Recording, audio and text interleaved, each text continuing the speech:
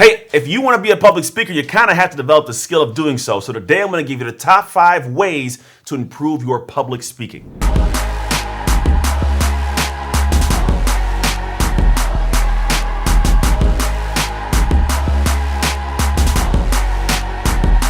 Now, most people don't know this, but if you did a whole study, which people did, they found that in America, the #1 phobia is speaking. Like, I know from personal experience, I was deathly afraid of doing so, but I'm gonna give you 5 tips that you can apply now to improve your skill set at speaking so you can communicate ideas and do all that kind of fun stuff. So first one is get your thinking straight. See, most people go and start talking and have no idea what they are talking about. That's a problem because if you don't have confidence, you can't gain confidence in speaking, and you also won't have the confidence of those listening to you. So have an idea of what you want to speak about. This might mean having some kind of information or expertise on a topic, or have some kind of framework or structure you're going to talk through, but make sure you know what you're going to speak about before you start talking. Much like this, what I'm sharing with you, I know what my 5 points are going to be, so I'm not winging it completely random.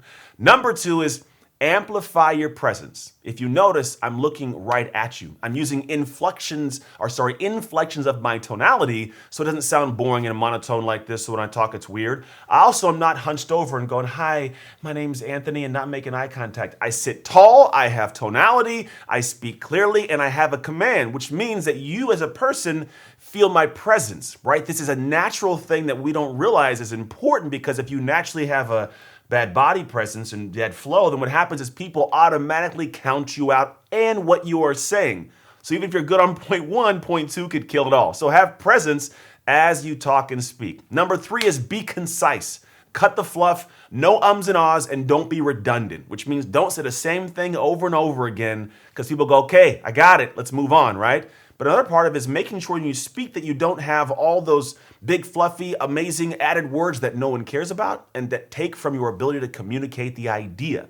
So a lot of this is the ums, the ahs, the stutters. You have to remove those. It's a practice though. If you notice when I speak, I don't have a lot of those because I've practiced it over time. So be concise, no fluff, cut right to the choice. Now, number 4 is a hard one, and it's hard because of a specific reason. Now, this is being real. Number 4 is be real and do not apologize for your opinions. Because let's be honest, most people have this fear of not being accepted by the tribe, by community judgments, right?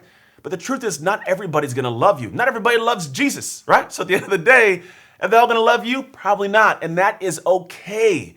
Because if you are not clear enough for people to dislike you, you will never be clear enough for the right people to love you.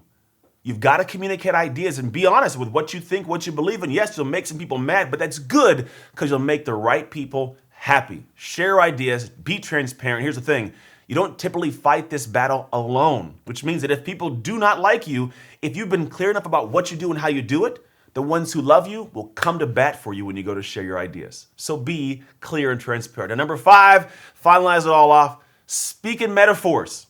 It's better for people to understand concepts or stories that make sense. That's why the Bible is written in metaphors. Because if you can think about how people hear things, it's better if they can experience something through a message of a feeling from a story as opposed to simply hearing your words.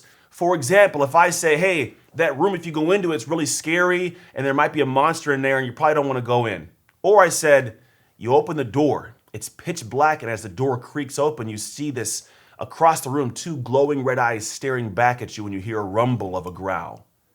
Right? It's a different feeling. It's still scary, but it's a metaphor. And you go, "Oh, I picture there's a lot more emotion behind those simple words than it's a scary monster and a story in the background."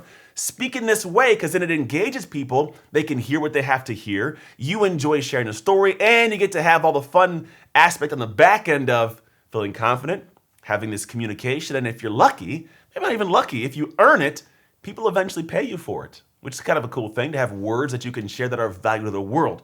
And this is how you can not only be a business where you can make money, it could be a career where you get promoted and have a whole bunch more money and more time and more impact, right?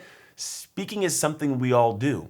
And if you can get great at the skill of it, you find that it allows you to have a better, more enjoyable life because you can communicate ideas better than I'm stumbling over words, communicate ideas, leave an impact, and have a blast while doing it. That's it. Those are your top 5 ways to improve your public speaking.